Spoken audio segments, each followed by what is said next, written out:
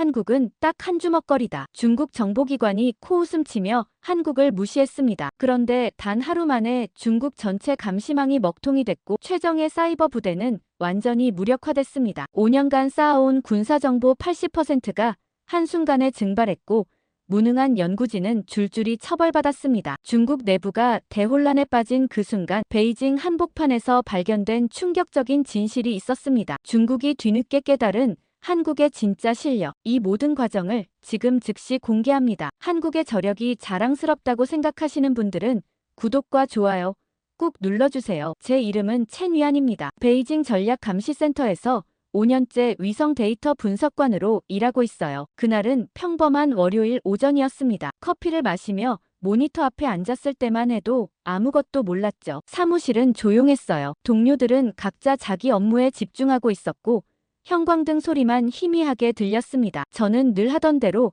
시스템 점검부터 시작했어요. 오전 10시 30분쯤이었습니다. 자동 알림이 울렸어요. 한국에서 로켓 발사가 있다는 통지였죠. 누리호 3차 발사라고 적혀 있었습니다. 저는 별 생각 없이 감시 시스템을 확인했어요. 우리 센터는 동아시아 전역의 위성 활동을 실시간으로 추적하거든요. 한국, 일본, 대만 모든 곳의 우주 활동을 모니터링하는 게 제 업무였습니다. 한국 상공 모니터링 창을 열었어요. 평소처럼 데이터 파일들이 쭉 나열되어 있을 거라 생각했죠. 그런데 이상한 일이 벌어졌습니다. 화면에 표시되던 데이터 파일들이 하나씩 사라지기 시작한 거예요. 처음엔 눈을 의심했습니다. 파일 목록에서 한국 관련 자료들이 빈칸으로 바뀌고 있었거든요. 마치 지우개로 글씨를 지우듯 깔끔하게 사라지고 있었어요. 저는 마우스를 움직여 파일을 클릭해봤습니다. 파일 크기 0KB, 내용 없음. 생성 날짜는 그대로인데 내용만 싹 비어 있었어요. 심장이 빠르게 뛰기 시작했습니다. 5년간 이런 일은 한 번도 본 적이 없었거든요. 다른 파일도 확인해봤어요. 역시 0KB였습니다. 하나가 아니라 수십 개가 동시에 비어 있었죠. 저는 깜짝 놀라 옆자리 동료를 불렀습니다. 리밍.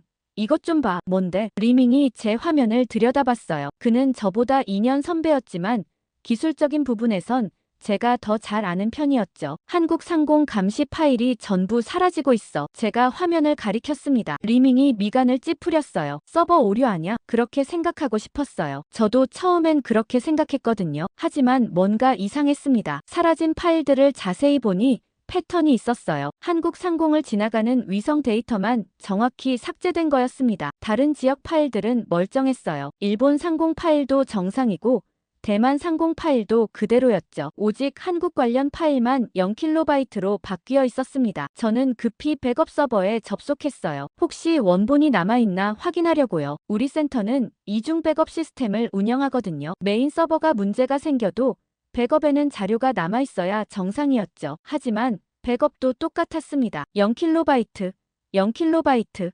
0KB. 모든 파일이 깨끗하게 비어 있었어요. 손이 차갑게 식었습니다. 이건 단순 오류가 아니야. 제 입에서 중얼거림이 나왔어요. 이건 오류가 아니에요. 제가 리밍에게 말했습니다. 너무 정밀해요. 뭐가? 리밍이 자기 컴퓨터로도 확인해봤어요. 파일 삭제가요. 제가 설명했습니다. 서버 오류면 무작위로 파일이 손상돼야 하는데 한국 구간만 정확히 잘려나갔어요. 리밍도 고개를 끄덕였습니다. 진짜네. 그가 놀란 목소리로 말했어요. 한국 상공 파일만 싹 비었어. 저는 삭제된 시간을 확인했습니다. 오전 10시 27분부터 32분까지 정확히 5분간이었어요. 그리고 그 시간은 누리호가 발사된 시각과 정확히 일치했죠. 우연이라고 보기엔 너무 정확했습니다. 로켓 발사 시각과 데이터 삭제 시각이 딱 맞아떨어진다는 게 말이 됩니까? 저는 손이 떨리는 걸 느꼈어요. 삭제된 파일들의 경로를 추적해봤습니다. 좌표 값을 뽑아내서 지도 위에 표시했어요. 복잡한 작업이었지만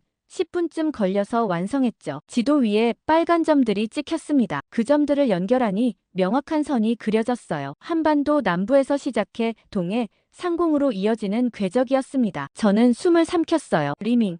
이거 봐. 제가 화면을 돌렸습니다. 삭제된 경로가 뭔가와 똑같아. 뭔데? 리밍이 고개를 갸우뚱했어요. 저는 다른 창을 열어 누리호 발사 궤적 데이터를 불러왔습니다. 공개된 자료였거든요. 한국항공우주연구원이 발표한 예상 궤적이었죠. 두 개를 겹쳐놨어요. 그 순간 온몸에 소름이 돋았습니다. 삭제된 파일 경로와 누리호 궤적이 완벽하게 일치했거든요. 오차가 거의 없었어요. 리밍의 얼굴이 창백해졌습니다. 이거 뭐야? 그가 떨리는 목소리로 말했어요. 설마 한국이 우리 시스템을 해킹한 거야? 저는 고개를 저었습니다. 해킹이면 흔적이 남아요. 로그 기록이라도 있을 텐데 아무것도 없어요. 그럼 뭐야? 리밍이 당황한 표정으로 물었습니다. 저도 정확히는 몰라요. 저는 솔직하게 답했습니다. 하지만 이건 일반적인 삭제가 아니에요. 뭔가 자동으로 작동한 것 같아요. 저는 시스템 로그를 열어봤어요. 정상적인 삭제라면 관리자, 권한 기록이 남아야 했습니다. 누군가 로그인해서 파일을 지웠다는 흔적 말이죠. 하지만 로그는 깨끗했어요. 어떤 접속 기록도 없었습니다. 삭제 명령도 없었고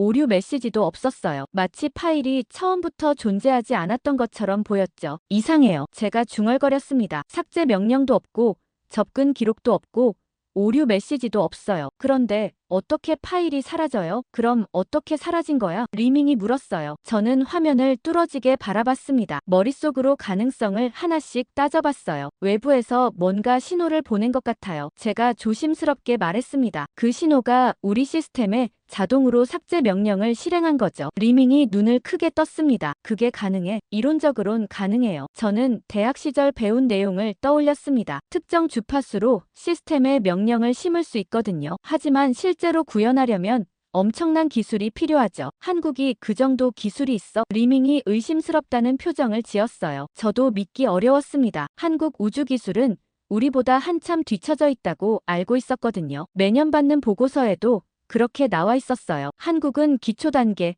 위협 수준 아님, 항상 그런 평가였죠. 하지만 눈앞의 증거는 명확했습니다. 파일이 사라졌고 그 경로는 누리호 궤적과 일치했어요. 우연이라고 보기엔 너무 정교했죠. 일단 보고해야 해요. 제가 말했습니다. 상급자한테 알려야죠. 리밍이 망설였어요. 진짜 보고할 거야? 서버 문제라고 하면 안 돼. 왜요? 제가 물었습니다. 보고하면 우리가 책임 추궁당할 수도 있잖아. 리밍이 걱정스럽게 말했어요. 시스템 관리 소홀이라고 할 수도 있고. 저는 고개를 저었습니다. 이건 우리 잘못이 아니에요. 뭔가 큰일이 벌어지고 있어요. 숨기면 나중에 더 큰 문제가 돼요. 리밍이 한숨을 쉬었습니다. 알았어. 내가 보고해. 나는 모르는 척할게. 저는 전화기를 들었어요. 부서장실 번호를 눌렀습니다. 벨이 3번 울리고 연결됐어요. 부서장님. 긴급 보고 사항이 있습니다. 제가 최대한 침착하게 말했습니다. 한국 상공 감시 데이터가 전부 삭제됐습니다.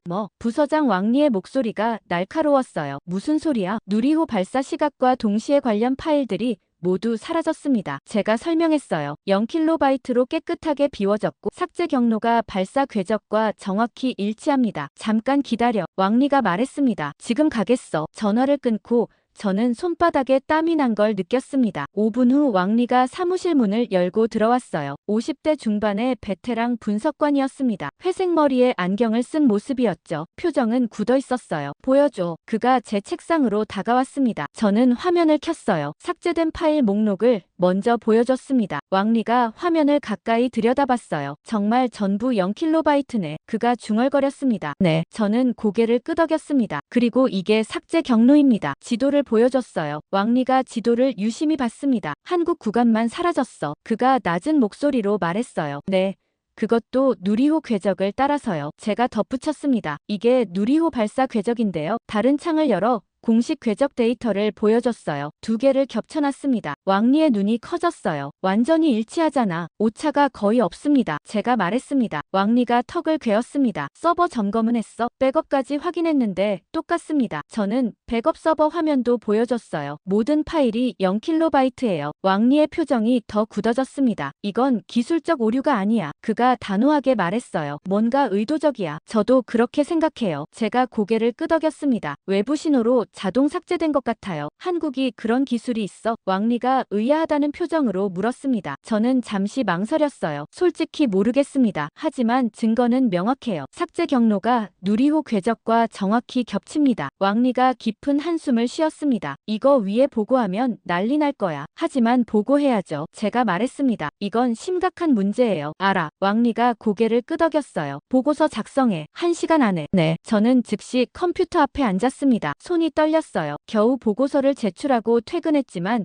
잠을 이룰 수가 없었습니다. 계속 파일 삭제 장면이 머릿속을 맴돌았거든요. 새벽 5시쯤 되어서야 겨우 잠들었어요. 알람 소리에 눈을 떴을 때는 오전 7시였습니다. 몸은 무거웠지만 출근해야 했어요. 서둘러 씻고 옷을 갈아입었습니다. 출근길 지하철 안에서도 계속 어젯밤 일이 떠올랐죠. 한국 상공 데이터가 0kb로 변한 일, 누리호 궤적과 일치하는 삭제 경로, 모든 게 너무 정교했어요. 사무실에 도착한 건 오전 8시 30분쯤이었습니다. 평소보다 30분 일찍 온 거였죠. 사무실은 아직 조용했어요. 저는 컴퓨터를 켰습니다. 혹시 밤사이 뭔가 변한 게 있나 확인하고 싶었거든요. 로그인하고 감시 시스템에 접속했어요. 어제 비어있던 파일들을 다시 확인했습니다. 그런데 이상한 일이 벌어졌어요. 화면을 보는 순간 저는 숨이 멎는 줄 알았습니다. 어제 0kb였던 파일들이 다시 채워져 있었거든요. 파일 크기가 정상으로 돌아와 있었어요. 서버가 복구된 건가 싶어서 안도했습니다. 첫 번째 파일을 열어봤어요. 부산 상공 감시 영상이라고 이름 붙은 파일이었죠. 하지만 열어본 순간 깜짝 놀랐습니다. 화면에 나타난 건 부산이 아니었어요. 험준한 산맥 풍경이 펼쳐져 있었습니다. 눈 덮인 높은 산들과 깊은 계곡이었죠. 저는 눈을 비비고 다시 봤습니다. 틀림없이 산맥이었어요. 그것도 어디서 본 듯한 풍경이었죠. 자세히 보니 티벳 고원 지역 같았습니다. 왜 부산 상공 파일에 티벳 산맥 이미지가 들어있는 겁니까? 손이 떨렸어요. 다른 파일도 열어봤습니다. 서울 상공 감시 자료라는 파일이었어요. 이번엔 사막 풍경이 나타났습니다. 끝없이 펼쳐진 모래 언덕과 메마른 땅이었죠. 몽골 고비 사막처럼 보였어요. 서울과는 전혀 관계없는 풍경이었습니다. 심장이 빠르게 뛰기 시작했어요. 세 번째 파일을 열었습니다. 인천 상공 데이터였어요. 화면에는 밀림 지역이 나타났습니다. 울창한 열대우림 같았죠. 아마존인지 동남아시아인지 알 수 없었지만 확실한 건 인천이 아니라는 거였어요. 손이 떨려서 마우스를 제대로 잡을 수가 없었습니다. 파일을 하나씩 확인해 봤어요. 모든 파일이 엉뚱한 내용으로 채워져 있었습니다. 대전 상공엔 바다 풍경이, 광주 상공엔 빙하 이미지가, 대구 상공엔 초원 사진이 들어있었죠. 하나도 맞는 게 없었어요. 저는 리밍을 급히 불렀습니다. 그가 아직 출근 전이라 전화를 걸었어요. 리밍. 지금 당장 와. 무슨 일인데? 그의 목소리가 졸린 듯 했어요. 파일이 채워졌어. 하지만 전부 가짜야. 뭐? 리밍의 목소리가 또렷해졌습니다. 지금 가겠어. 20분 후 리밍이 헐레벌떡 도착했어요. 숨을 헐떡이며 제 책상으로 왔습니다. 어디 봐. 저는 화면을 보여줬어요. 부산 상공 파일인데 티벳 산맥이 나와요. 리밍이 화면에 얼굴을 가까이 댔습니다. 진짜네. 이게 뭐야? 다른 것들도 봐요. 저는 파일들을 차례로 열어봤습니다. 서울엔 사막, 인천엔 밀림, 대전엔 바다. 리밍의 얼굴이 점점 창백해졌어요. 이거 완전히 뒤섞인 거잖아. 뒤섞인 정도가 아니에요. 저는 고개를 저었습니다. 아예 다른 지역 이미지로 바뀐 거예요. 리밍이 의자에 주저앉았습니다. 어제 지워졌다가 하루 만에 가짜로 채워진 거야? 정확해요. 저는 파일 생성 시간을 확인했어요. 모두 새벽 3시에서 4시 사이였습니다. 제가 잠들어 있을 때 자동으로 채워진 거였죠. 이건 해킹이 맞아. 리밍이 떨리는 목소리로 말했습니다. 누가 우리 시스템에 침투해서 가짜 자료를 심은 거야. 저도 그렇게 생각했어요. 하지만 뭔가 이상했습니다. 해킹이면 왜 이렇게 티나게 하는 걸까요? 티벳 산맥이나 몽골 사막 같은 명백히 다른 이미지를 넣다니요. 일부러 들키려고 한 건가요? 리밍.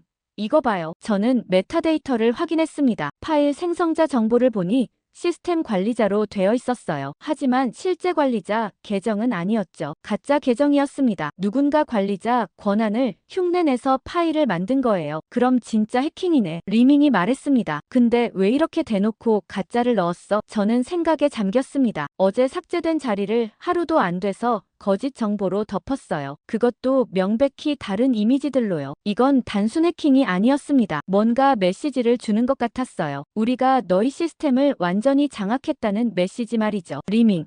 이거 심각해요. 제가 말했습니다. 어제 삭제는 해킹이 아니라 처음부터 한국을 숨기기 위한 기술이었어요. 무슨 소리야? 리밍이 이해 못하겠다는 표정을 지었어요. 저는 화면을 가리켰습니다. 생각해보세요. 어제 한국 상공 데이터를 지우고 오늘 가짜로 채웠어요. 이건 한국 정보를 우리 시스템에서 완전히 지우려는 거예요. 리밍이 눈을 크게 떴습니다. 그럼 우리가 한국을 감시하지 못하게 만드는 거야? 맞아요. 저는 고개를 끄덕였습니다. 한국 상공을 보려고 하면 엉뚱한 이미지만 보이게 하는 거죠. 그럼 우리는 한국에서 무슨 일이 일어나는지 전혀 알 수 없잖아. 리밍의 목소리가 떨렸어요. 바로 그거예요. 저는 화면을 뚫어지게 바라봤습니다. 한국이 자기들 정보를 우리 시스템에서 완전히 숨기고 있어요. 어떻게 이런 게 가능해? 리밍이 물었습니다. 저는 키보드를 두드렸어요. 시스템 접근 로그를 다시 확인했습니다. 역시 아무 흔적도 없었어요. 외부 침입 기록도 없고 관리자 접속 기록도 없었죠. 마치 파일이 스스로 생성된 것처럼 보였습니다. 이건 자동화된 기술이에요. 제가 말했습니다. 누리호에서 신호를 보내면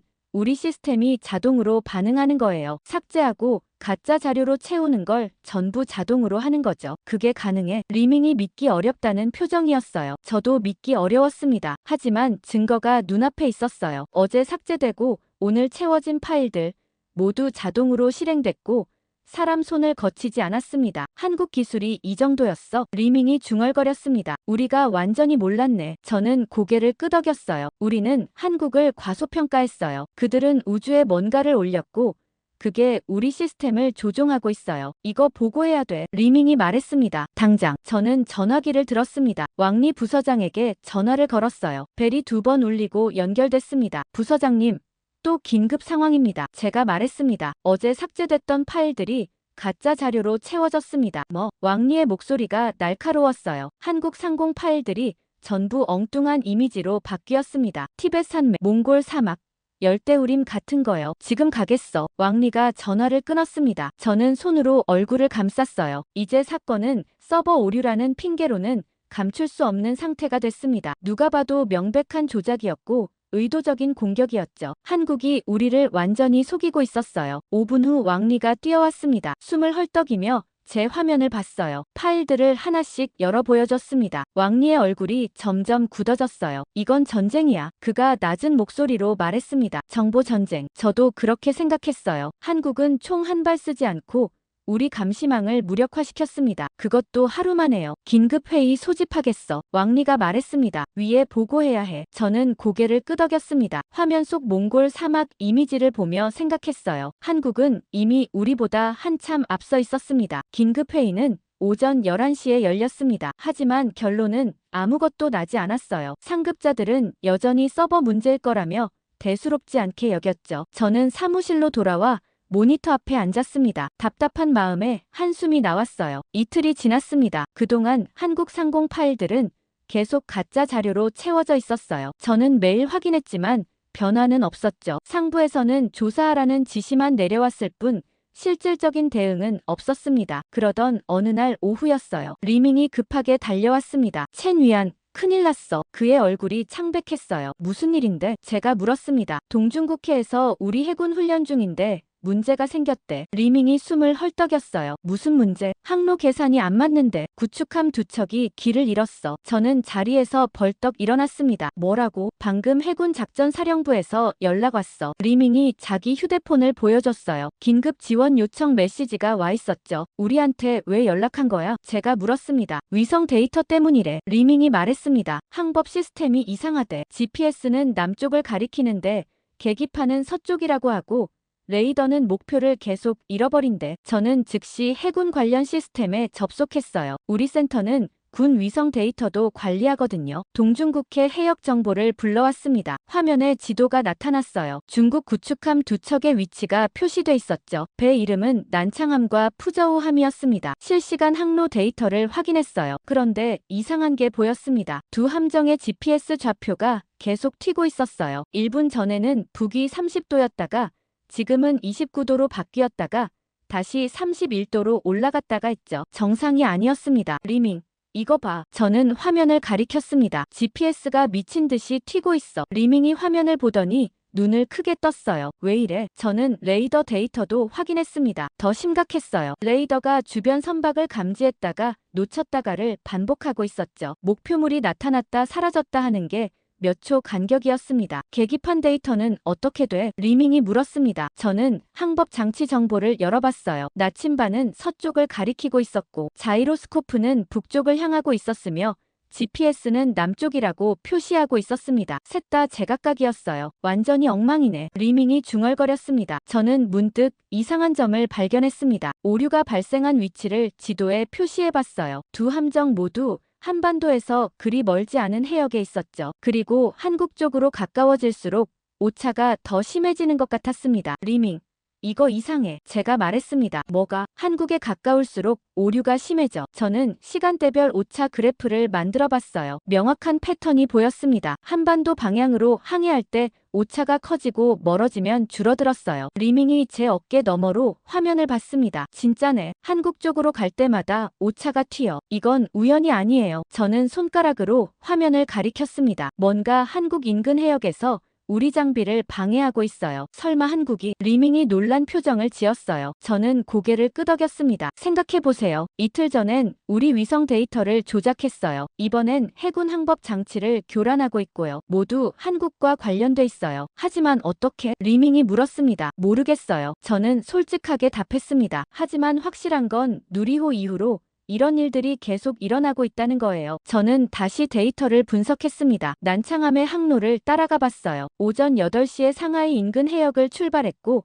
동쪽으로 항해 중이었죠. 오전 10시까지는 정상이었습니다. GPS도 정확했고 레이더도 제대로 작동했어요. 하지만 10시 15분부터 이상 징후가 나타나기 시작했습니다. 처음엔 미세한 오차였어요. 하지만 시간이 지날수록 오차 범위가 벌어지더니 지금은 거의 1km 오차가 나고 있었어요. 점점 심해지고 있어. 제가 말했습니다. 푸저우함은? 리밍이 물었어요. 저는 두 번째 함정 데이터를 확인했습니다. 똑같았어요. 시간대도 비슷했고 오차 증가 패턴도 동일했죠. 두 배 모두 한국 방향으로 항해하면서 오류가 커졌습니다. 이건 우연이 아니야. 리밍이 말했습니다. 뭔가 계획된 거야. 저도 그렇게 생각했어요. 한국 인근 바다가 중국 장비를 바보로 만드는 구역이 된 겁니다. GPS는 엉뚱한 좌표를 보여주고 레이더는 목표를 놓치고 나침반은 잘못된 방향을 가리켰죠. 저는 문득 깨달았습니다. 삭제, 가짜 자료, 그리고 이제 항로 오차. 모든 사건이 하나의 흐름을 따라가고 있었어요. 한국 정보를 지우고 왜곡하고 우리 장비를 무력화시키는 흐름이었죠. 리미, 이거 단순히 지워진 게 아니에요. 제가 말했습니다. 한국 인근 바다는 중국 장비를 완전히 못쓰게 만드는 구역이 됐어요. 어떻게 이런 게 가능해? 리밍의 목소리가 떨렸어요. 저는 화면을 계속 들여다봤습니다. 누리호가 뭔가를 올렸어요. 그게 지금 작동하고 있는 거예요. 위성에서 신호를 보내서 우리 시스템을 교란하는 거죠. 전자전 무기야? 리밍이 물었습니다. 비슷해요. 저는 고개를 끄덕였습니다. 하지만 훨씬 정교해요. 특정 지역에만 작동하고 특정 장비만 타깃으로 하고 있어요. 한국 기술이 이 정도였어? 리밍이 믿기 어렵다는 표정을 지었어요. 저도 믿기 어려웠습니다. 우리는 항상 한국을 우리보다 뒤처진 나라로 봤거든요. 기술 보고서에도 그렇게 나와 있었죠. 하지만 현실은 달랐습니다. 한국은 우리가 모르는 사이 엄청난 기술을 개발한 거예요. 해군 사령부에 보고해야 돼. 리밍이 말했습니다. 저는 전화기를 들었어요. 하지만 누구에게 보고해야 할지 막막했습니다. 이 내용을 믿어줄 사람이 있을까요? 한국이 우리 해군을 무력화시키고 있다고 말하면 미쳤다고 할 것 같았어요. 일단 왕리 부서장한테 알려요. 제가 말했습니다. 전화를 걸었어요. 벨이 울리고 왕리가 받았습니다. 부서장님. 또 문제가 생겼습니다. 제가 말했습니다. 동중국해 우리 구축함들이 항로를 잃었어요. 왕리의 목소리가 놀라움으로 가득했어요. GPS, 레이더, 나침반 전부 오작동하고 있어요. 제가 설명했습니다. 그리고 한국에 가까울수록 오차가 심해져요. 잠깐만, 왕리가 말했습니다. 내가 해군 사령부에 연락해볼게. 전화를 끊고 저는 화면을 계속 지켜봤어요. 난창함과 푸저우함의 위치는 여전히 튀고 있었습니다. 두 배는 지금 바다 한가운데서 길을 잃고 표류하는 것과 다름없었죠. 첸 위안, 리밍이 제 어깨를 두드렸습니다. 이거 정말 심각한 거 아니야? 저는 고개를 끄덕였어요. 심각해요. 한국은 우리 감시망을 무력화시킨 데 이어 이제 해군까지 무력화시키고 있어요. 그럼 다음은 뭐야? 리밍이 불안한 목소리로 물었습니다. 저도 모르겠어요. 제가 답했습니다. 하지만 이 흐름대로라면 더 큰 일이 생길 것 같아요. 화면 속 두 구축함은 여전히 방향을 잃고 있었습니다. 다음 날 오전 저는 왕리 부서장에게 호출됐습니다. 급히 부서장실로 갔어요. 문을 열고 들어가니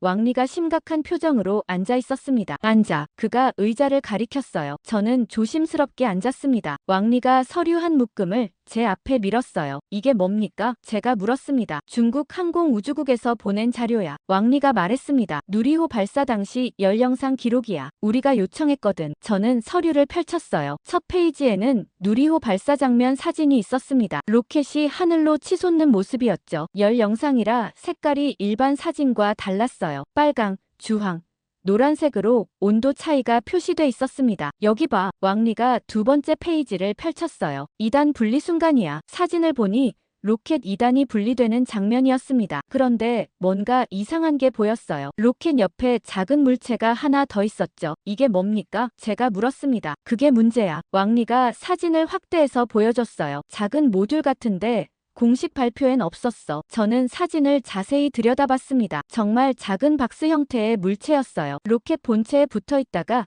2단 분리 순간 미세하게 각도를 바꾸는 것 같았죠. 다음 사진 봐. 왕리가 세 번째 페이지를 넘겼습니다. 이번엔 더 확대된 사진이었어요. 그 작은 모듈에서 뭔가 신호 같은 게 나오고 있었습니다. 열 영상이라 정확히는 알 수 없었지만 에너지가 방출되는 게 보였죠. 신호를 보내고 있어요. 제가 말했습니다. 맞아. 왕리가 고개를 끄덕였어요. 그리고 그 방향이 어딘지 알아? 어딘데요? 지표면이야. 왕리가 다른 자료를 꺼냈습니다. 정확히는 중국 쪽이야. 저는 숨을 삼켰어요. 신호 방향을 분석한 그래프가 있었습니다. 각도 계산 결과 베이징 인근을 향하고 있었죠. 우리 센터 쪽이에요. 제가 중얼거렸습니다. 정확해. 왕리가 말했습니다. 그 신호가 나간 시각이 언제인지 아나? 언제요? 오전 10시 28분이야. 왕리의 목소리가 낮아졌어요. 우리 데이터가 삭제되기 시작한 바로 그 시각이지. 저는 등골이 오싹해지는 걸 느꼈습니다. 그럼 이 모듈이 우리 시스템에 삭제 명령을 보낸 거예요? 그렇게 봐야 할 것 같아. 왕리가 한숨을 쉬었어요. 저는 자료를 계속 넘겨봤습니다. 신호 파형 분석 자료가 있었어요. 복잡한 그래프였지만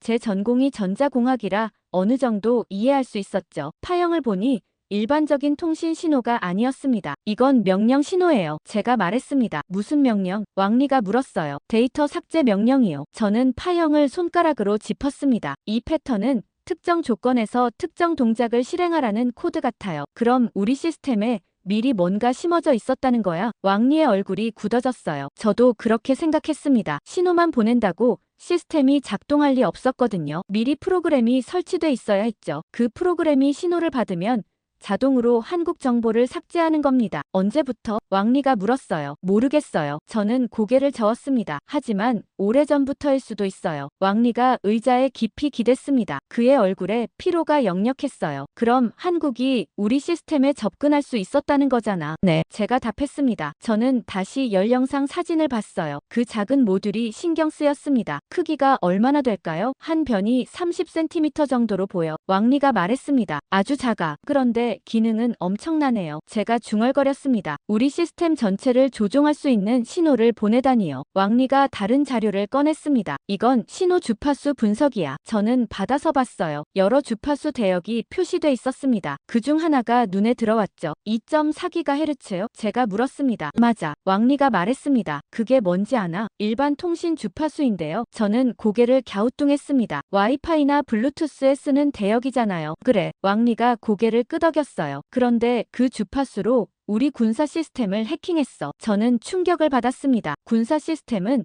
보통 특수 암호화된 주파수를 쓰거든요. 일반 통신 주파수로 접근한다는 건 상상도 못했죠. 어떻게 이게 가능해요? 제가 물었습니다. 그게 한국 기술이야. 왕리가 쓴웃음을 지었어요. 우리가 전혀 예상 못한 방식으로 들어온 거지. 저는 자료를 계속 읽었습니다. 신호 지속 시간은 0.3초였어요. 아주 짧은 순간이었죠. 하지만 그 0.3초 동안 엄청난 양의 데이터가 전송됐습니다. 이 짧은 시간에 이렇게 많은 정보를 보냈어요? 제가 놀라서 물었습니다. 압축 기술이 뛰어난 거야. 왕리가 설명했어요. 0.3초면 우리 레이더에 거의 안 잡혀. 그래서 우리가 놓친 거지. 저는 고개를 끄덕였습니다. 정말 정교한 기술이었어요. 짧은 시간에 신호를 보내서 탐지를 피하고 압축된 명령을 전송해서 시스템을 조작하는 거였죠. 그리고 이 모듈은 지금도 우주에 있어요. 제가 말했습니다. 계속 작동하고 있고요. 맞아. 왕리가 한숨을 쉬었어요. 그래서 우리 데이터가 계속 조작되는 거야. 저는 문득 깨달았습니다. 삭제, 왜곡, 항로 오류 모든 게 이 모듈 때문이었어요. 누리호가 우주에 올린 작은 박스가 중국 전체 감시 시스템을 무력화시키고 있었죠. 부서장님, 제가 조심스럽게 말했습니다. 이거 우리만 당한 게 아닐 수도 있어요. 무슨 뜻이야? 왕리가 물었어요. 이 모듈이 한국 정보를 전부 숨기는 용도라면요. 제가 설명했습니다. 다른 나라 시스템도 영향받을 수 있어요. 일본이나 러시아도요. 왕리의 눈이 커졌습니다. 전 세계가 한국을 못 보게 된다는 거야? 그럴 수도 있어요. 저는 고개를 끄덕였습니다. 한국은 우주에 실시간으로 작동하는 보호막을 올린 거예요. 자기들 정보를 완전히 숨기는 보호막이요. 왕리가 책상을 쳤습니다. 이건 말도 안 돼. 한국 기술이 이 정도일 리 없어. 하지만 증거가 여기 있잖아요. 저는 영상 사진을 가리켰습니다. 이 모듈이 실제로 작동하고 있고 우리 시스템을 조작하고 있어요. 왕리가 얼굴을 손으로 감쌌습니다. 우리가 완전히 당했어. 저도 그렇게 생각했어요. 한국은 조용히 준비했고 우리는 전혀 몰랐죠. 누리호 발사를 그냥 일반 로켓 발사로만 봤던 겁니다. 그 안에 이런 무기가 숨어 있을 줄은 꿈에도 몰랐어요. 이거 상부에 보고해야 돼. 왕리가 말했습니다. 당장. 저는 고개를 끄덕였습니다. 하지만 믿어줄까요? 한국이 우주에서 우리를 공격하고 있다고 하면요. 증거가 있잖아. 왕리가 영상 사진을 들었어요. 이걸 보여주면 돼. 저는 불안했습니다. 상부가 이걸 어떻게 받아들일지 알 수 없었거든요. 하지만 보고는 해야 했어요. 이대로 두면 더 큰 피해가 생길 테니까요. 상부에 보고서를 올린 지 사흘이 지났습니다. 답은 오지 않았어요. 저는 매일 사무실에 앉아 모니터만 바라봤습니다. 한국 관련 데이터는 여전히 엉망이었죠. 가짜 이미지들로 가득했고 실제 정보는 하나도 없었어요. 그러던 어느 날 오후였습니다. 리밍이 급하게 달려왔어요. 그의 얼굴이 새하얗게 질려 있었죠. 첸 위안.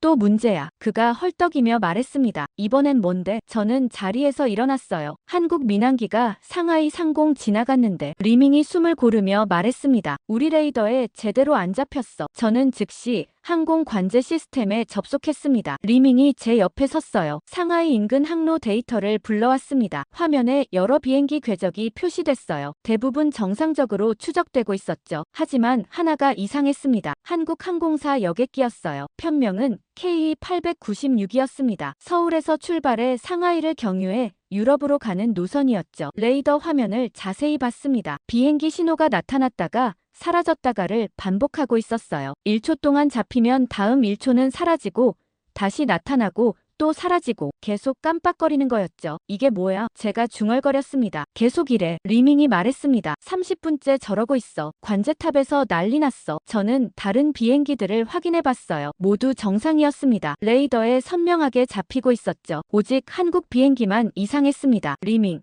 다른 한국 비행기는 어때? 제가 물었습니다. 리밍이 자기 컴퓨터로 확인했어요. 잠깐만. 그가 키보드를 두드렸습니다. 베이징 상공에 아시아나 항공 있어. 저는 그 비행기 데이터도 불러왔습니다. 역시 똑같았어요. 레이더에 잡혔다가 사라졌다가를 반복하고 있었죠. 신호 패턴도 KE-896과 비슷했습니다. 한국 비행기만 이래. 리밍이 떨리는 목소리로 말했습니다. 저는 등골이 오싹해졌어요. 데이터 삭제, 가짜 자료, 해군 항로 오류에 이어 이제 민항기까지 영향받고 있었습니다. 패턴이 보였어요. 한국 관련된 모든 것이 우리 시스템에서 사라지거나 왜곡되고 있었죠. 레이더 기록을 다시 봤습니다. KE-896의 신호가 나타나는 순간을 캡처했어요. 1초 동안만 화면에 보였다가 깜빡 사라졌습니다. 그리고 정확히 1초 후 다시 나타났죠. 규칙적이에요. 제가 말했습니다. 1초 간격으로 반복돼요. 왜 그러는 거야? 리밍이 물었어요. 저는 생각했습니다. 누리호 모듈이 작동하는 거라면 이것도 자동화된 프로세스일 거예요. 한국 식별 코드를 감지하면 자동으로 삭제하는 거죠. 하지만 민항기는 계속 움직이잖아. 리밍이 말했습니다. 그래서 나타났다 사라졌다 하는 거예요. 저는 설명했습니다. 시스템이 한국 비행기를 감지하면 지우려고 해요. 하지만 비행기는 계속 신호를 보내니까 다시 잡히고 또 지워지고 반복되는 거죠. 리밍의 얼굴이 창백해졌습니다. 그럼 관제탑에서는 비행기가 어디 있는지 제대로 모르는 거잖아. 맞아요. 저는 고개를 끄덕였습니다. 위험한 상황이에요. 저는 관제 기록을 확인했습니다. 상하이 관제탑에서 KE-896에게 여러 번 교신을 시도했더군요. 하지만 응답이 제대로 안 왔어요. 레이더가 깜빡거리니까 통신도 불안정한 거였죠. 교신 기록을 재생해봤습니다. 스피커에서 관제사 목소리가 들렸어요. KE-896 상하이 관제탑입니다. 현재 위치 보고해 주십시오. 잠시 잡음이 들리더니 기장 목소리가 나왔습니다. 상하이 관제탑 KE-896입니다. 현재 고도 3만 피트, 상하이 동쪽 50마일 지점입니다. 알겠습니다. 레이더의 신호가 불안정합니다. 계속 보고 부탁드립니다. 관제사의 목소리가 긴장돼 있었어요. 저는 녹음을 멈췄습니다. 관제탑도 문제를 알고 있네요. 당연하지. 리밍이 말했습니다. 비행기가 깜빡거리는데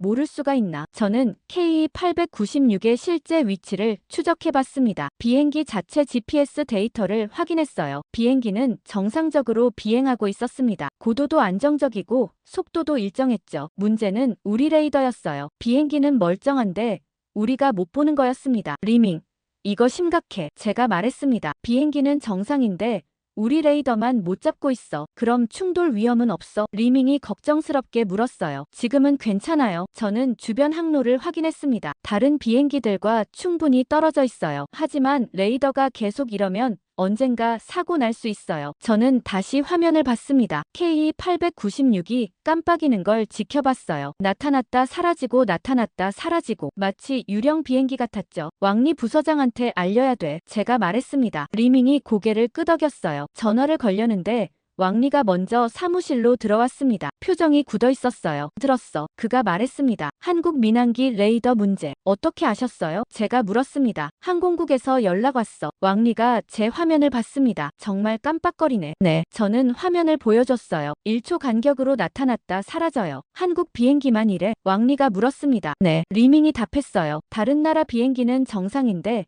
한국 것만 이상해요. 왕리가 깊은 한숨을 쉬었습니다. 누리호 모듈이 작동하는 거군. 저도 그렇게 생각해요. 제가 말했습니다. 한국 관련 정보를 자동으로 삭제하는 거예요. 하늘도 바다도 이제 민항기까지예요. 왕리가 의자에 앉았습니다. 그의 얼굴에 피로가 역력했어요. 이건 더 이상 군사 문제가 아니야. 민간 항공 안전까지 위협받고 있어. 보고는 하셨어요? 제가 물었습니다. 했어. 왕리가 고개를 끄덕였습니다. 하지만 위에서는 아직도 믿지 않아. 한국이 그럴 리 없다고 해. 증거를 보여줬는데도요? 리밍이 놀라서 물었어요. 증거만으로는 부족하대. 왕리가 쓴웃음을 지었습니다. 한국 기술을 과소평가하는 거지. 저는 화면 속 깜빡이는 비행기를 봤습니다. 이게 증거인데도 안 믿는다니 답답했어요. 그때 화면에 새로운 알림이 떴습니다. 또 다른 한국 민항기가 광저우 상공을 지나가고 있었어요. 역시 레이더에서 깜빡거리고 있었죠. 또 하나 더 생겼어요. 제가 말했습니다. 왕리와 리밍이 화면을 봤어요. 세 대가 동시에 깜빡이고 있었습니다. 상하이,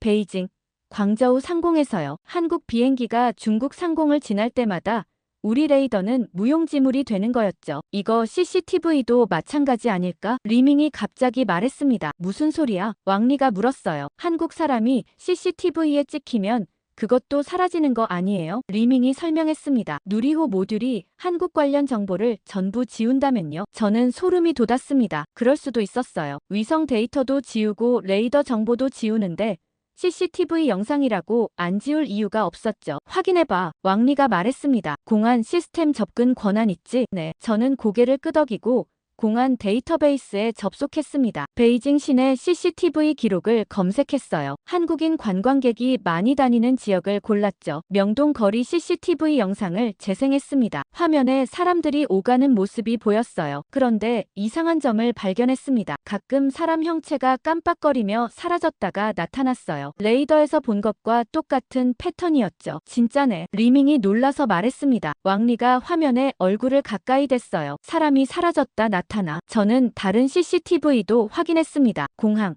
기차역, 관광지 모두 똑같았어요. 특정 사람들이 화면에서 깜빡거리며 사라졌다가 나타났죠. 한국 사람들이었을 겁니다. 하늘도 바다도 서버도 이제 CCTV까지예요. 제가 말했습니다. 한국 관련 내용만 깔끔히 사라지고 있어요. 왕리가 책상을 쳤습니다. 이건 전면적인 정보 차단이야. 한국이 우리 눈을 완전히 가린 거야. 다음 날 아침 긴급회의가 소집됐습니다. 국가안보국 회의실이었어요. 저는 왕리 부서장을 따라 들어갔습니다. 회의실엔 이미 고위 관계자들이 모여 있었어요. 군부 인사들, 정보기관 책임자들, 사이버 보안 전문가들이 보였죠. 분위기가 살벌했습니다. 안보국장이 회의를 시작했어요. 여러분 모두 상황을 알고 계실 겁니다. 그가 단호하게 말했습니다. 한국의 누리호 모듈이 우리 시스템을 마비시키고 있습니다. 이에 대한 대응책을 논의하겠습니다. 군 장성 한 명이 손을 들었어요. 역공격이 필요합니다. 그가 목소리를 높였습니다. 한국 사이버 시스템을 해킹해서 무력화시켜야 합니다. 다른 사람들도 고개를 끄덕였어요. 저는 불안한 예감이 들었습니다. 사이버전 부대장이 일어났습니다. 즉시 착수하겠습니다. 그가 자신있게 말했어요. 48시간 안에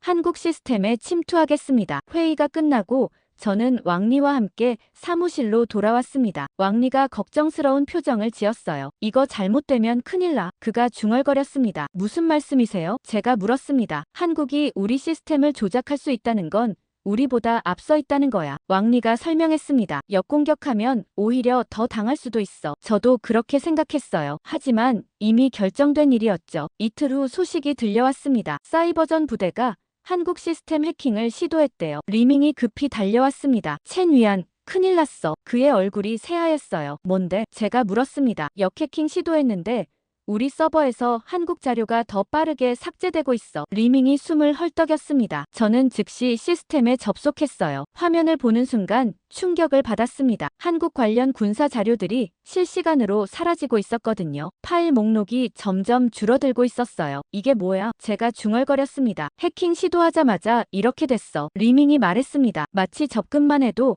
자동으로 반응하는 것 같아. 저는 삭제 속도를 확인했습니다. 1분에 수십 개씩 파일이 사라지고 있었어요. 아까보다 훨씬 빨랐죠. 처음 누리호 발사 때는 천천히 삭제됐는데 이번엔 미친 듯이 빠른 속도였습니다. 왕리 부서장이 뛰어왔어요. 상황 파악했나? 그가 다급하게 물었습니다. 네. 저는 화면을 보여줬습니다. 역해킹 시도 후 삭제 속도가 10배는 빨라졌어요. 왕리의 얼굴이 굳어졌습니다. 사이버전 부대는 뭐래? 연락이 안 된대요. 리밍이 말했습니다. 저는 사이버전 부대 시스템 상태를 확인해봤어요. 접근 권한이 있었거든요. 화면에 에러 메시지가 가득했습니다. 시스템 과부하, 접속 불가, 서버 다운, 모든 게 마비된 상태였죠. 부대 전체가 먹통이에요. 제가 말했습니다. 해킹하려다가 역으로 당한 거예요. 이건 공격이 아니야. 왕리가 중얼거렸습니다. 방어 시스템이야. 무슨 뜻이에요? 리밍이 물었습니다. 한국 시스템이 침입을 감지하면 자동으로 반격하는 거야. 왕리가 설명했습니다. 우리가 접근하면 할수록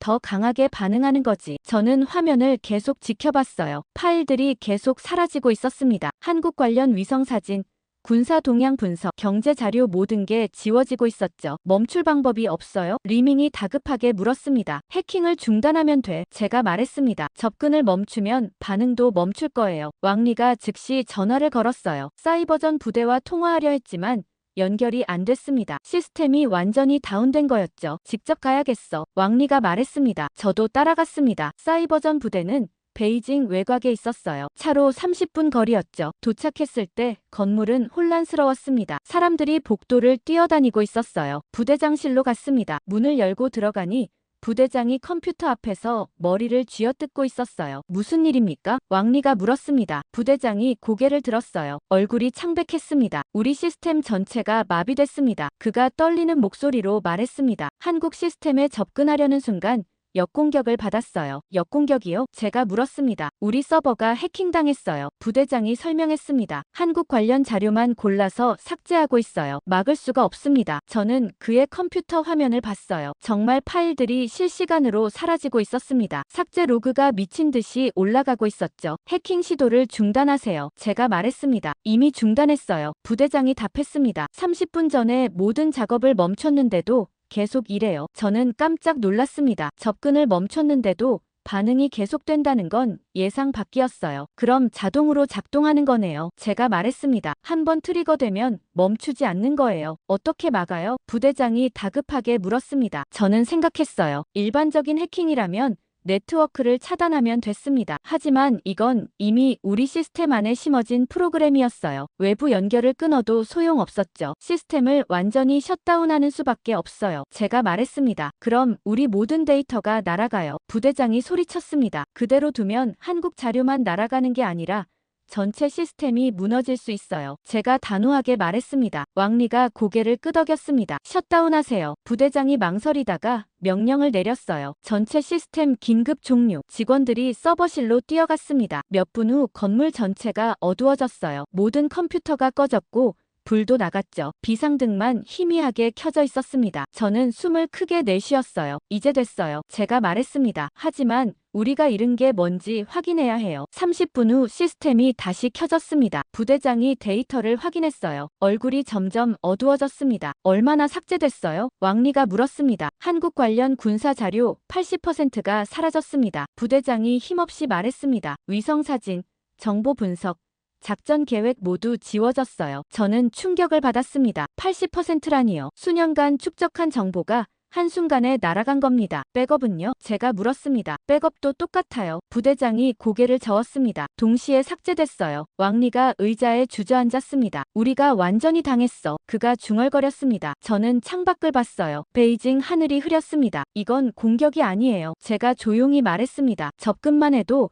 자동으로 반응하는 기술이에요. 방어 시스템이죠. 방어 시스템이 우리 전체를 무너뜨렸어. 왕리가 쓴웃음을 지었습니다. 저는 고개를 끄덕였어요. 한국은 공격하지 않았습니다. 우리가 먼저 건드렸고 시스템이 자동으로 반응한 거였죠. 더 정교하고 더 강력한 방어였습니다. 부대장이 보고서를 작성하기 시작했어요. 저는 사무실로 돌아왔습니다. 리밍이 기다리고 있었어요. 어떻게 됐어? 그가 물었습니다. 우리가 졌어. 저는 간단히 답했습니다. 한국 자료 80%가 사라졌어. 리밍의 얼굴이 창백해졌습니다. 저는 자리에 앉아 모니터를 켰어요. 우리 센터 시스템도 확인했습니다. 역시 한국 관련 파일들이 대량으로 삭제돼 있었어요. 이제 우리는 한국에 대해 거의 아무것도 모르는 상태가 됐습니다. 역해킹 실패 이후 일주일이 지났습니다. 중국 정보기관은 패닉 상태였어요. 한국에 대한 정보가 거의 없어진 상황이었죠. 저는 매일 사무실에 나와 빈 데이터베이스만 바라봤습니다. 그러던 어느 날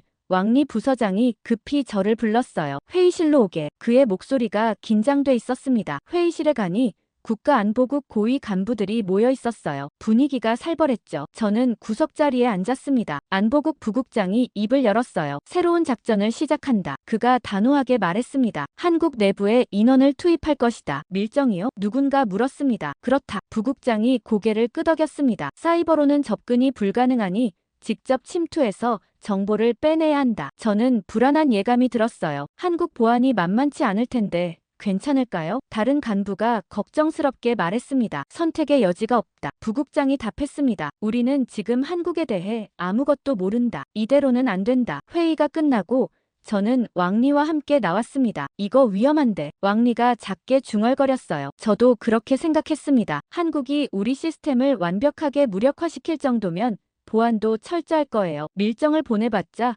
금방 들킬 것 같았죠. 사흘 후 소식이 들려왔습니다. 중국 요원 한 명이 한국 연구기관에 침투했대요. 가짜 신분으로 들어갔다고 했죠. 리밍이 제게 알려줬습니다. 밀정 투입했대. 그가 말했습니다. 한국항공우주연구원의 연구원으로 위장 취업했어. 빨리 들켰으면 좋겠네요. 제가 중얼거렸습니다. 왜? 리밍이 의아해했어요. 그래야 더 큰 피해를 막을 수 있으니까요. 저는 솔직하게 말했습니다. 한국이 가만히 있을 것 같아요? 다음 날 아침이었습니다. 왕리가 급히 사무실로 들어왔어요. 얼굴이 새하였습니다. 잡혔어. 그가 말했습니다. 누가요? 리밍이 물었습니다. 우리 밀정. 왕리가 의자에 주저앉았습니다. 한국 정보기관이 24시간 만에 체포했어. 저는 놀라지 않았어요. 예상한 일이었거든요. 어떻게 들켰어요? 리밍이 물었습니다. 모르겠어. 왕리가 고개를 저었습니다. 입국한 지 하루 만에 잡혔대. 마치 처음부터 알고 있었던 것처럼. 저는 생각했습니다. 한국 정보망도 우리처럼 첨단화돼 있을 거예요. 아니, 어쩌면 우리보다 더 앞서 있을지도 몰랐죠. 밀정 휴대폰에서 뭔가 나왔대요. 리밍이 자기 컴퓨터를 보며 말했습니다. 방금 보고 올라왔어요. 뭐가 나왔는데? 왕리가 물었어요. 한국 기술 관련 문서래요. 리밍이 설명했습니다. 방패형 자동 삭제 기술이라고 적혀 있대요. 저는 귀가 번쩍 뜨였습니다. 방패형 자동 삭제? 그게 뭐야? 왕리가 물었습니다. 누리호 모듈 기술 이름인 것 같아요. 리밍이 화면을 보여줬습니다. 한국 정보기관이 압수한 문서 사진이 올라와 있었어요. 흐릿했지만 글자가 보였죠. 방패형 자동 삭제 기술, 외부 침입 시 자동 방어, 실시간 정보 보호. 저는 화면을 뚫어지게 봤습니다. 이게 우리를 당한 기술이에요. 제가 말했습니다. 방패처럼 한국을 보호하는 거죠. 자동으로요. 왕리가 한숨을 쉬었습니다. 그럼 우리가 아무리 해킹 시도해도 소용없다는 거네. 맞아요. 저는 고개를 끄덕였습니다. 접근하면 할수록 더 강하게 반응하니까요. 밀정은 어떻게 됐어요? 리밍이 물었습니다. 한국 경찰에 넘겨졌대. 왕리가 답했습니다. 추방될 거야. 저는 창밖을 봤어요. 베이징 하늘이 맑았습니다. 하지만 마음은 답답했죠. 한국 보안력이 우리 예상을 완전히 뛰어넘고 있었거든요. 24시간 만에 밀정을 잡아낸다는 건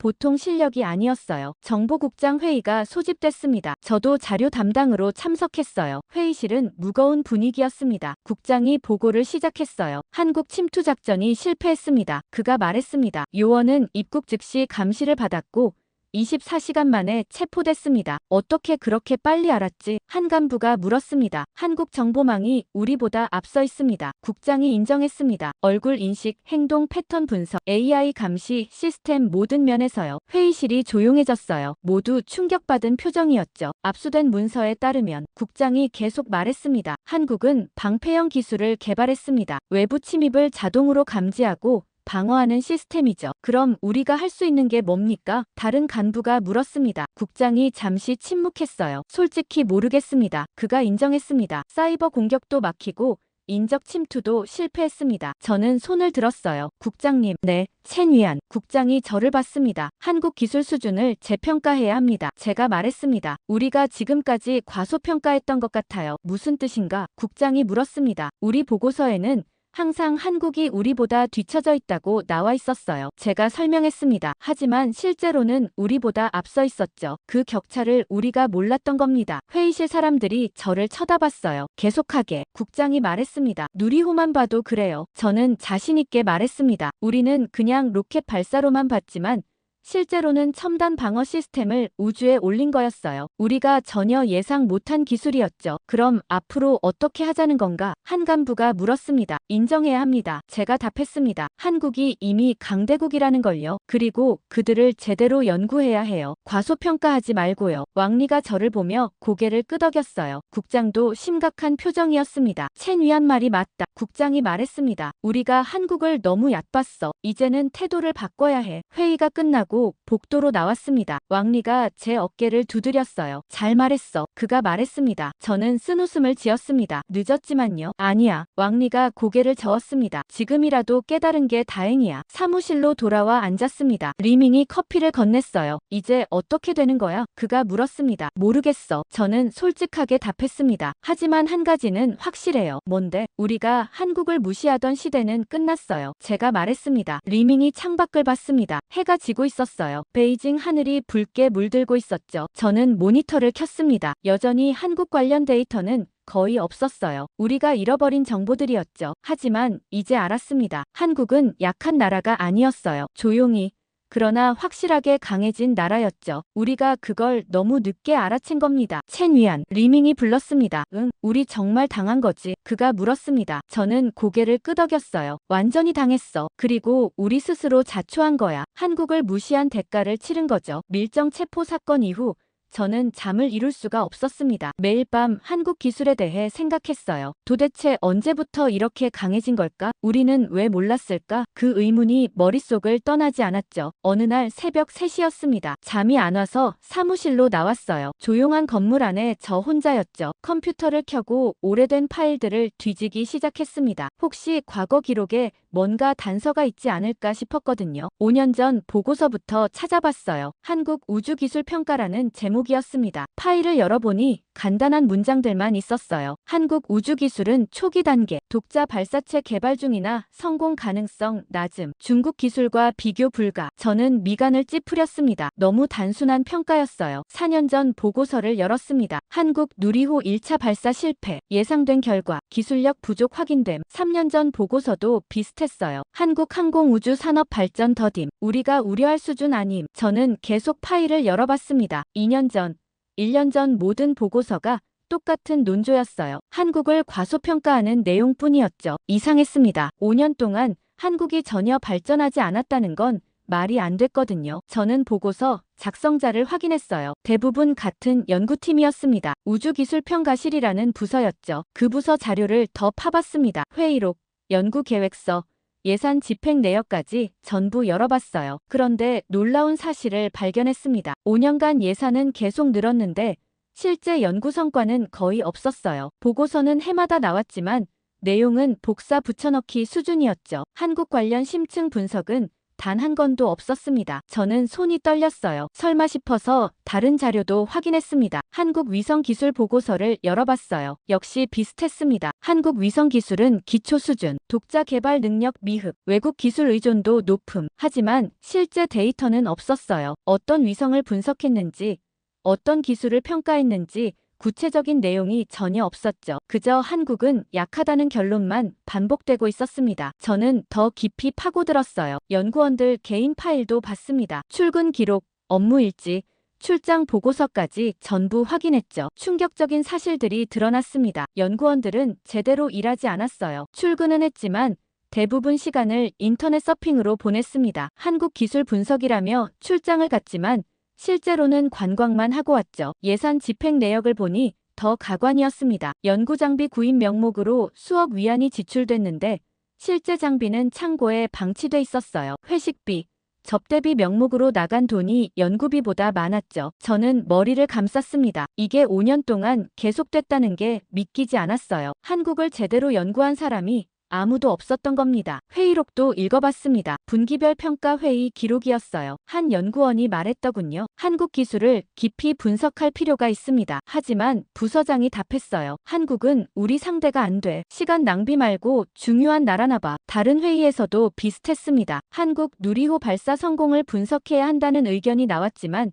묵살됐어요. 그냥 운이 좋았던 거야. 실력이 아니라고. 부서장이 그렇게 정리했죠. 저는 손으로 얼굴을 가렸습니다. 우리가 한국에게 진 게 아니었어요. 우리 스스로 무너지도록 방치한 겁니다. 한국을 연구해야 할 사람들이 놀고 먹었고 보고서는 거짓으로 채웠으며 예산은 술값으로 썼죠. 아침 7시가 됐습니다. 동료들이 출근하기 시작했어요. 리밍이 제 책상으로 왔습니다. 첸 위안.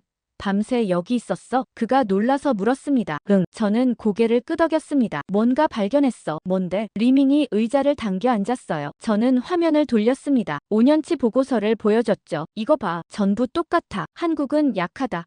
기술 없다. 우려할 필요 없다. 5년 동안 이것만 반복했어. 리밍이 화면을 보더니 얼굴이 굳어졌습니다. 이게 뭐야? 거짓 보고서야. 제가 말했습니다. 제대로 연구하지도 않고 그냥 한국을 깎아내린 거야. 왕리 부서장이 출근했어요. 저는 급히 그를 불렀습니다. 부서장님, 이것 좀 보세요. 왕리가 제 화면을 봤습니다. 표정이 점점 심각해졌어요. 5년치 보고서를 훑어본 그가 한숨을 쉬었죠. 이런 식으로 일했어? 그가 중얼거렸습니다. 예산 집행 내역도 봐요. 저는 다른 파일을 열어줬습니다. 연구비 대부분이 엉뚱한데 쓰였어요. 왕리의 얼굴이 붉어졌습니다. 이건 직무유기야. 그가 책상을 쳤습니다. 한국을 제대로 분석했으면 이런 일이 없었을 텐데. 맞아요. 저는 고개를 끄덕였습니다. 우리가 한국 기술을 몰랐던 게 아니에요. 알려고 하지 않았던 거예요. 왕리가 의자에 앉았습니다. 그의 손이 떨리고 있었어요. 이거 위에 보고해야 돼. 그가 말했습니다. 전부 다. 저는 자료를 정리하기 시작했습니다. 5년치 거짓 보고서,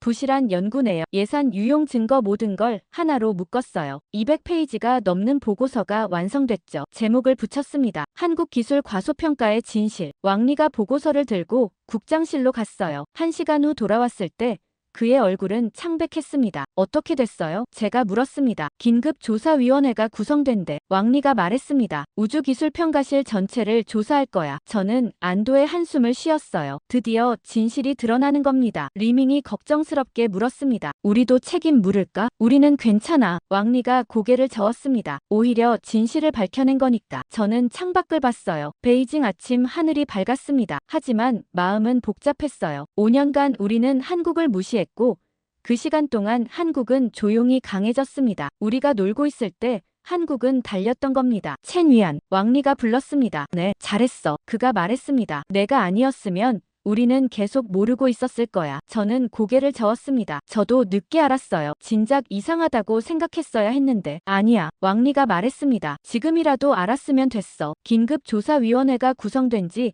사흘 만에 결과가 나오기 시작했습니다. 저는 조사 자료를 정리하는 업무를 맡았어요. 매일 새로운 증거들이 쏟아져 나왔죠. 손이 떨렸습니다. 5년간 쌓인 거짓과 무능의 기록이었거든요. 아침 9시 조사위원회 중간보고 회의가 열렸습니다. 저도 참석했어요. 회의실은 긴장감으로 가득했습니다. 국가안보국장을 비롯한 고위 간부들이 모여 있었죠. 조사위원장이 보고서를 펼쳤어요. 지금까지 확인된 사실을 보고드리겠습니다. 그가 안경을 고쳤으며 말했습니다. 우주기술평가실의 한국 관련 보고서 대부분이 부실 조사로 밝혀졌습니다. 회의실이 술렁거렸어요. 저는 자료를 넘기며 확인했습니다. 정말 그랬어요. 구체적으로 어떻게 부실했습니까? 한 간부가 물었습니다. 첫째, 위원장이 손가락을 펴며 말했습니다. 한국 기술을 깎아내린 보고서들이 실제 검증 없이 작성됐습니다. 대부분 인터넷 기사를 번역한 수준이었고 전문적 분석은 전무했습니다. 저는 증거 자료를 확인했어요. 보고서에 인용된 자료들을 역추적해보니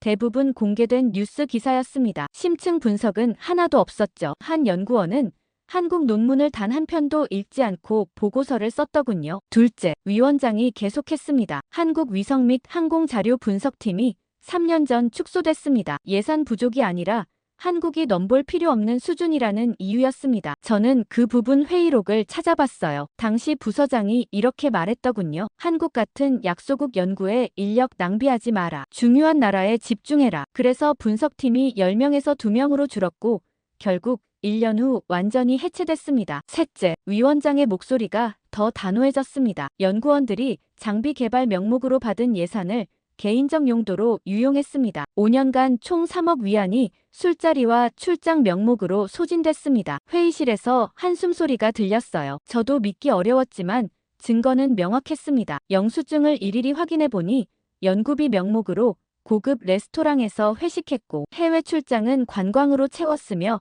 장비는 구매만 하고 창고에 방치했더군요. 넷째, 위원장이 다음 페이지를 넘겼습니다. 연구원 중 일부는 한국 기술 내용을 이해하지 못한 채 그냥 허세라고 무시했습니다. 실제 회의록을 보시겠습니다. 스크린에 회의록이 떠올랐어요. 2년 전 회의 내용이었습니다. 한 연구원이 말했더군요. 한국이 독자 발사체 개발했다고 하는데 이거 분석해야 하지 않습니까? 하지만 부서장이 답했어요. 그냥 허세야. 우리 기술 따라 하려고 쇼하는 거지. 신경 쓸 필요 없어. 저는 그 회의록을 보며 치가 떨렸습니다. 그때가 누리호 2차 발사 성공 직후였어요. 제대로 분석했더라면 지금 상황을 막을 수 있었을 겁니다. 다섯째, 위원장이 더 심각한 표정을 지었습니다. 한국 기술 발전을 경고한 보고서가 3년 전에 있었습니다. 하지만 묵살됐습니다. 뭐라고요? 국장이 놀라서 물었습니다. 당시 젊은 연구원 한 명이 한국 반도체 기술과 우주 기술의 연관성을 분석했습니다. 위원장이 설명했습니다. 한국이 반도체 분야 기술을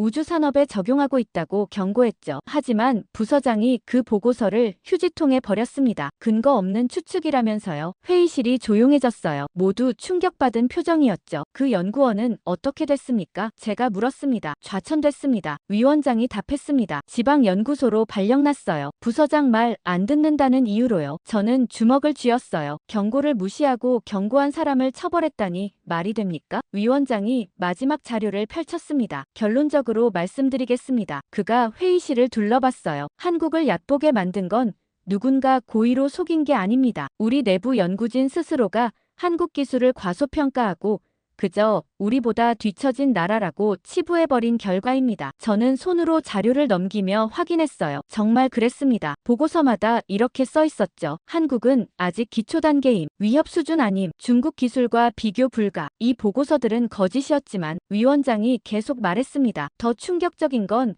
고의적 조작이 아닌 무능이었다는 겁니다. 제대로 연구하지 않고 복사 붙여넣기로 보고서를 채웠고 예산만 타내고 실제 일은 하지 않았습니다. 장비 개발은 수년째 진척이 없었습니다. 저는 그 문장들을 보며 고개를 떨구었습니다. 우리가 한국에게 진 게 아니었어요. 우리가 스스로 무너지도록 방치한 겁니다. 게다가 위원장이 더 심각한 내용을 꺼냈습니다. 그 연구진 중 절반은 예산만 타내고 실제 연구는 방치했습니다. 보고서는 복사 붙여넣기였고 장비는 창고에 쌓여 있었으며 한국 방문 조사라며 출장 갔다가 관광만 하고 돌아왔습니다. 국장이 책상을 쳤습니다. 이게 말이 되나? 위원장이 마지막 페이지를 넘겼어요. 우리가 한국을 비웃던 5년이 중국 스스로 만든 가장 큰 재앙이었습니다. 회의실이 무거운 침묵에 빠졌어요. 조치 방안은 무엇입니까? 국장이 물었습니다. 즉시 징계에 들어갔습니다. 위원장이 답했습니다. 부서장 해임.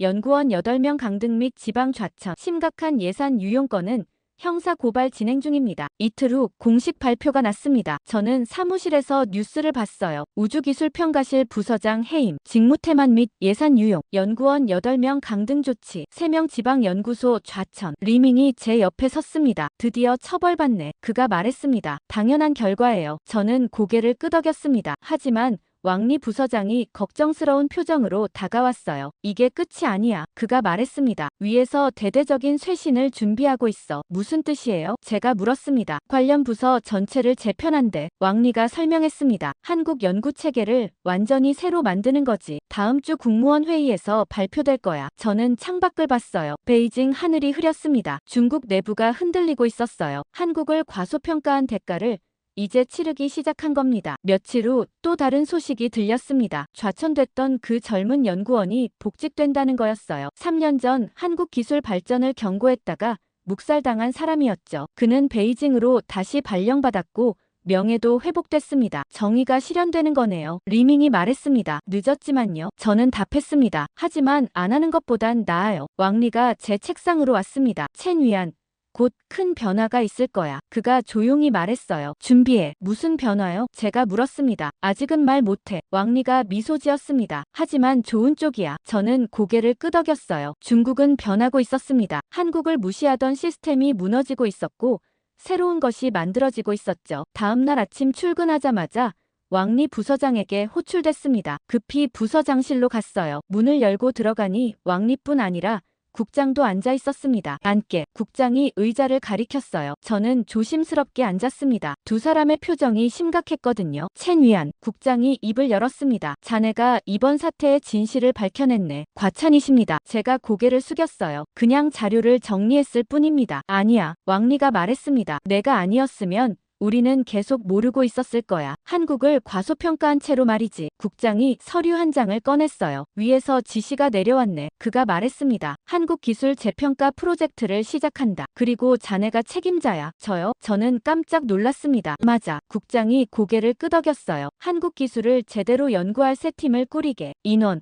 예산 모두 지원하겠네. 하지만 저는 아직 경험보다 중요한 게 있어. 왕리가 제 말을 끊었습니다. 진실을 보는 눈이지. 자네는 그걸 가졌어. 저는 잠시 생각했어요. 책임이 무거웠지만 해야 할 일이었습니다. 알겠습니다. 제가 답했습니다. 최선을 다하겠습니다. 좋아. 국장이 미소 지었습니다. 일주일 안에 팀을 구성하게. 그리고 첫 보고서를 한 달 안에 올리게. 사무실로 돌아온 저는 리밍을 불렀습니다. 한국 재평가 프로젝트 팀을 만든대. 제가 말했습니다. 너도 들어올래? 당연하지. 리밍이 즉답했습니다. 처음부터 같이 한 일인데. 감사해요. 저는 악수를 청했습니다. 일주일간 팀원을 모았어요. 젊고 열정적인 연구원들을 선발했습니다. 한국어 전공자도 2명 포함시켰죠. 총 6명의 팀이 완성됐습니다. 첫 회의를 열었어요. 작은 회의실이었지만 분위기는 진지했습니다. 우리 목표는 명확합니다. 제가 화이트보드 앞에 섰습니다. 한국 기술을 제대로 이해하는 겁니다. 과소평가하지 않고 객관적으로 분석해야 해요. 팀원들이 고개를 끄덕였어요. 한 연구원이 손을 들었습니다. 어디서부터 시작할까요? 누리호부터입니다. 저는 답했습니다. 모든 게 거기서 시작됐으니까요. 그날부터 자료 수집이 시작됐습니다. 이번엔 제대로 하기로 했어요. 인터넷 기사가 아니라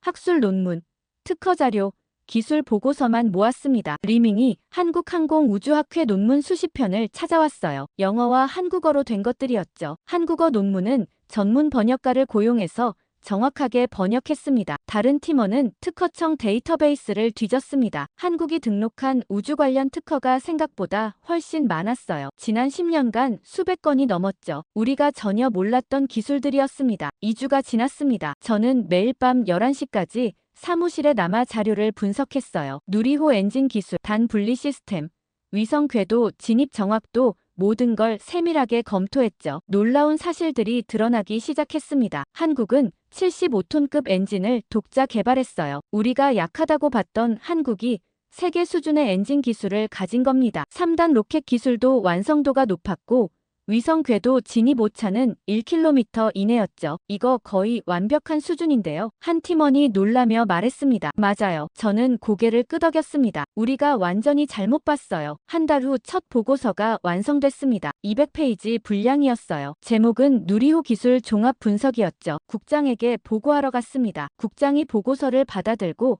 천천히 읽기 시작했어요. 한 장 한 장 넘기는 그의 표정이 점점 심각해졌습니다. 이게 정말 사실인가? 국장이 저를 쳐다봤습니다. 네, 저는 자신있게 답했습니다. 모두 검증된 자료입니다. 출처도 명확하고 교차 확인도 마쳤습니다. 국장이 한숨을 쉬었어요. 우리가 이렇게 몰랐다니. 그가 중얼거렸습니다. 다음 과제를 받았습니다. 한국 반도체 기술과 우주 기술의 연관성을 분석하라는 거였어요. 3년 전 묵살됐던 그 주제였죠. 이번엔 제대로 할 겁니다. 제가 팀원들에게 말했습니다. 한 달이 걸렸어요. 밤낮으로 자료를 분석했습니다. 삼성과 SK 하이닉스의 반도체 기술이 어떻게 우주 산업에 적용됐는지 추적했죠. 결과는 놀라웠습니다. 한국은 반도체 설계 기술을 위성 제어 시스템에 활용했어요. 미세 공정 기술은 센서 개발에 쓰였고 AI 반도체는 자동 항법 시스템에 적용됐습니다. 모든 게 유기적으로 연결돼 있었죠. 완전히 계획된 거네요. 리밍이 말했습니다. 맞아요. 저는 고개를 끄덕였습니다. 한국은 10년 전부터 준비했어요. 산업 간 시너지를 만든 거죠. 두 번째 보고서를 완성했습니다. 제목은 한국 기술 생태계 분석이었어요. 국장에게 제출하자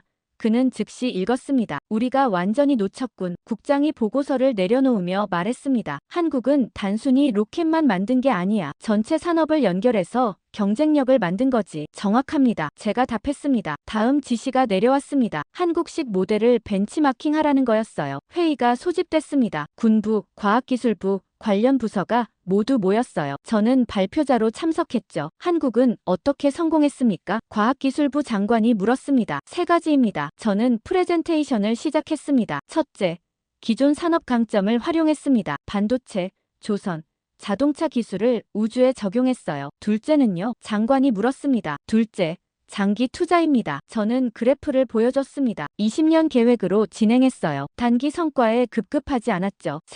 셋째, 민관 협력입니다. 정부 연구소와 기업이 긴밀하게 협력했어요. 기술 이전이 빠르고 효율적이었습니다. 회의실이 조용해졌습니다. 우리도 가능합니까? 군 장성이 물었어요. 가능합니다. 저는 답했습니다. 하지만 태도부터 바꿔야 해요. 한국을 무시하지 말고 인정하고 배워야 합니다. 장관이 고개를 끄덕였습니다. 계속 연구하십시오. 회의가 끝나고 사무실로 돌아왔어요. 리밍이 기다리고 있었습니다. 어땠어? 그가 물었습니다. 잘 됐어. 저는 미소 지었습니다. 이제 한국을 제대로 연구하기 시작한 거예요. 왕리가 제 책상으로 왔습니다. 첸 위안, 잘하고 있네. 그가 말했습니다. 곧 더 큰 일이 생길 거야. 무슨 일이요? 제가 물었습니다. 아직은 비밀이야. 왕리가 웃었습니다. 왕리가 말한 큰 일은 일주일 후 현실이 됐습니다. 국무원에서 공식 발표가 났어요. 한국기술전담연구국 신설이었죠. 독립조직으로 승격된 겁니다. 저는 그 조직의 초대 국장으로 임명됐어요. 팀원도 20명으로 늘었고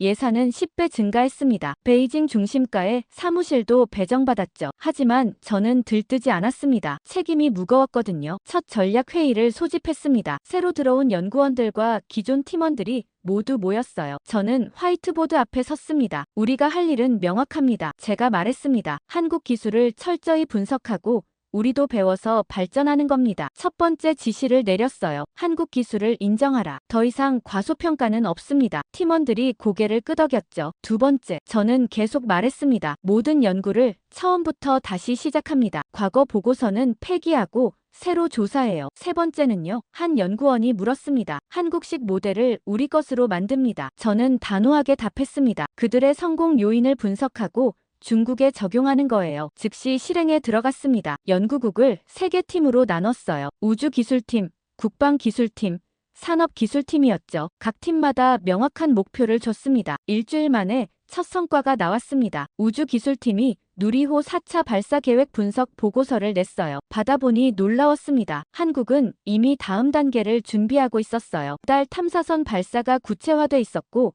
재사용 로켓 개발도 진행 중이었습니다. 우리가 3차 발사에 놀라고 있을 때 한국은 벌써 앞으로 가고 있었던 겁니다. 국방기술팀도 보고서를 올렸어요. 한국 방산 수출 현황이었습니다. 작년 수출액이 170억 달러를 넘었다더군요. K9 자주포는 폴란드가 1000문 넘게 주문했고 K2 전차는 터키와 폴란드가 도입했으며 FA-50 전투기는 여러 나라가 구매했습니다. 이거 심각한데요. 국방팀장이 말했습니다. 한국 무기가 우리 주변국까지 퍼지고 있어요. 저는 세계 지도를 펼쳤어요. 한국 무기 수출국을 표시하니 유럽, 중동, 아시아 전역에 퍼져 있었습니다. 산업기술팀 보고서는 더 충격적이었습니다. 반도체 분야에서 삼성과 SK 하이닉스가 세계 메모리 반도체의 70%를 생산한다는 거예요. 미국 기업들도 한국 반도체 없이는 작동이 안 된다더군요. 배터리도 마찬가지였습니다. 한국 3사가 전기차 배터리 시장의 절반을 차지했어요. 테슬라,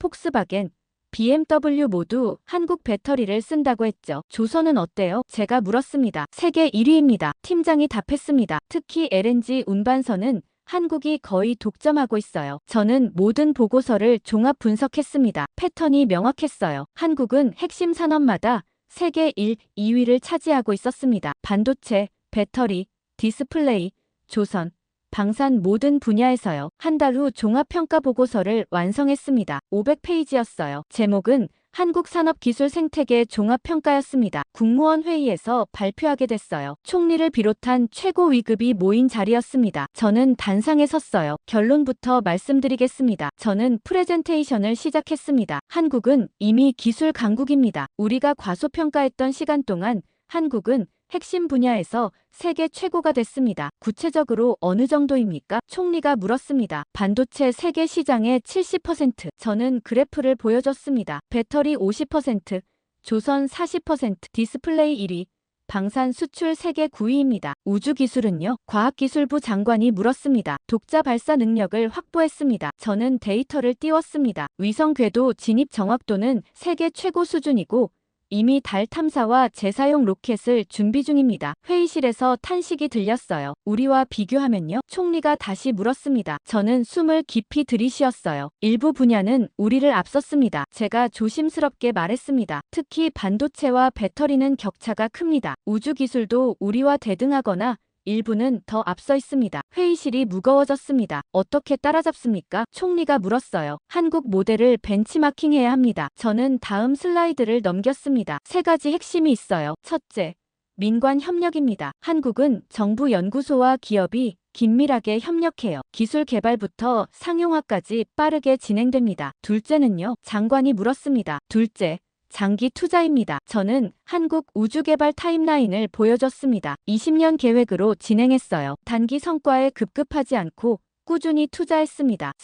셋째, 핵심 기술 집중입니다. 모든 걸 다 하려 하지 않고 강점이 있는 분야에 집중했어요. 반도체, 배터리, 조선 이런 분야에 자원을 모았습니다. 총리가 고개를 끄덕였습니다. 계속 연구하고 우리 실정에 맞게 적용 방안을 만드시오. 회의가 끝난 후 복도에서 과학기술부 장관이 저를 불렀습니다. 최뉘안 국장. 그가 악수를 청했어요. 한국을 반면교사 삼아야겠군요. 맞습니다. 저는 답했습니다. 우리가 한국을 무시한 게 실수였어요. 이제는 인정하고 배워야 합니다. 장관이 진지하게 말했습니다. 이번 사건이 중국에 내려진 경고였어요. 저도 그렇게 생각합니다. 제가 고개를 끄덕였습니다. 사무실로 돌아오니 팀원들이 기다리고 있었습니다. 어떻게 됐어요? 리밍이 물었습니다. 승인 났어. 저는 미소 지었습니다. 이제 본격적으로 벤치마킹 실행 계획을 만듭니다. 다음 과제가 주어졌어요. 한국식 우주 해양 융합 모델 분석이었습니다. 한국이 위성 기술을 해양 감시에 어떻게 활용하는지 조사하는 거였죠. 한 달간 집중 연구했습니다. 한국 해양 위성,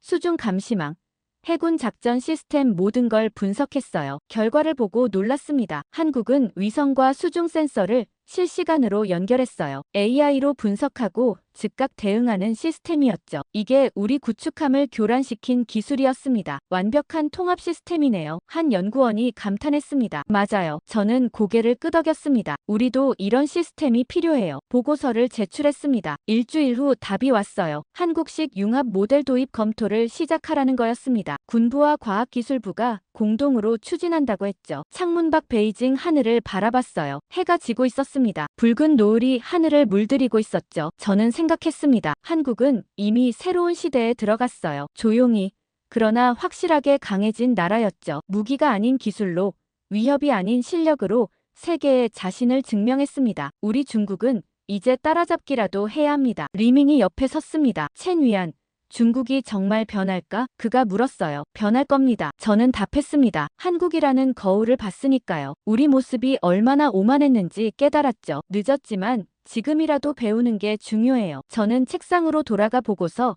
마지막 페이지를 펼쳤습니다. 제가 쓴 결론 문장이 있었어요. 한국은 변명하지 않았다. 한국은 보여주었을 뿐이다. 그리고 우리는 그걸 못 알아봤다. 이제 중국의 새로운 시대가 어쩌면 시작될지도 모른다. 한국을 인정하고 배우